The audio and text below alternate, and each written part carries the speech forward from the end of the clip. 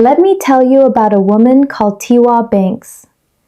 And before I tell you anything else, just know that Tiwa woke up every single morning, looked in the mirror, and genuinely liked what she saw.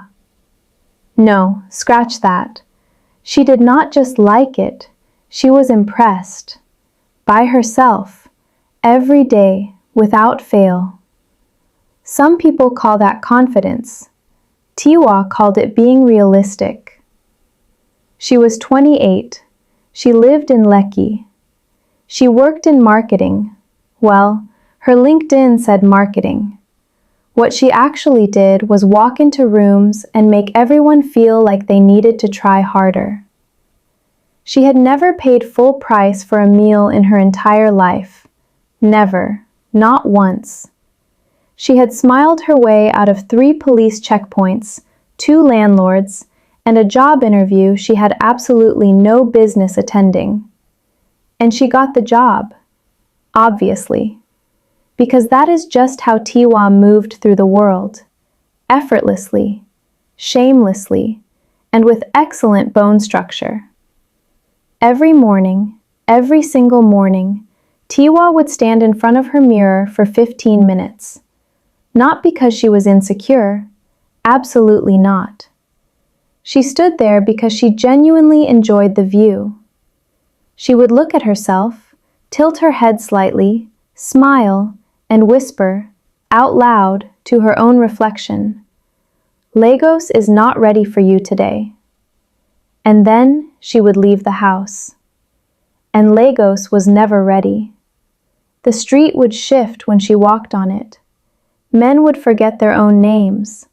Women would check themselves in shop windows. Tiwa noticed all of it. She said nothing, but she noticed. Now Tiwa had a best friend, Blessing Nwosu. And Blessing, God bless her, was the only person on earth who loved Tiwa completely and told her the truth at the same time.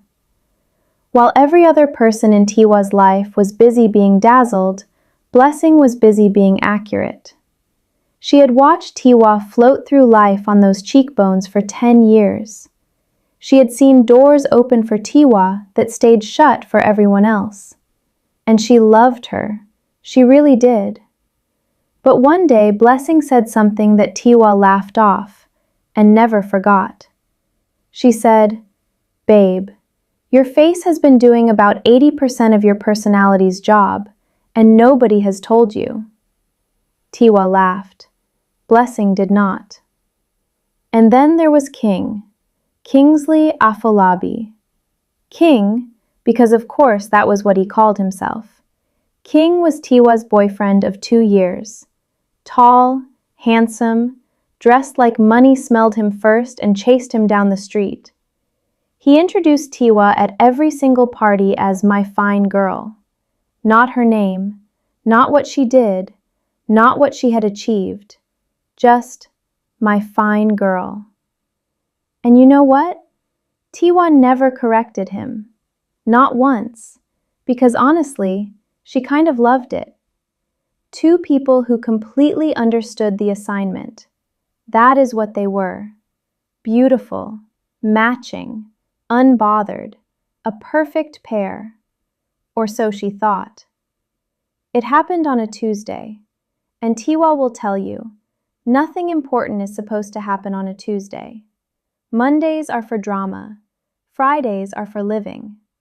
But Tuesdays? Tuesdays are meant to be completely and utterly boring. Tiwa had gone out that evening. Quick run, nothing special. She was wearing her favorite outfit. Her hair was perfect, because it was always perfect. She was sitting in her car on Lekki Road, touching up her lipstick in the little mirror above her head, smiling at herself the way she always did, when she saw the headlights. Coming fast, too close. She did not even have time to put the lipstick down. The other driver ran the red light, and just like that, everything went silent. The music she was playing stopped. The Lagos night stopped. The whole world just stopped. One second she was Tiwa Banks, fine girl, lucky girl, the woman Lagos was never ready for. And the next second she was just a body in a crashed car on a Lekki road. On a Tuesday, the most boring day of the week. She survived. I want to be very clear about that. Tiwa Banks survived. But when she opened her eyes in that hospital 3 days later, something had shifted. And it was not just the bandage on her jaw. It was not just the bruising on her face. It was something she could feel but could not name yet. The weapon, the one she had carried her whole life without even knowing it, was damaged. And for the first time in 28 years, Tiwa Banks did not know what she was going to do without it. Episode 2 is coming, and trust me, you are not prepared.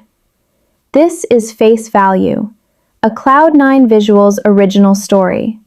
Follow us right now so you do not miss what happens next, because what is coming for Tiwa Banks, nobody saw it coming, not even Tiwa.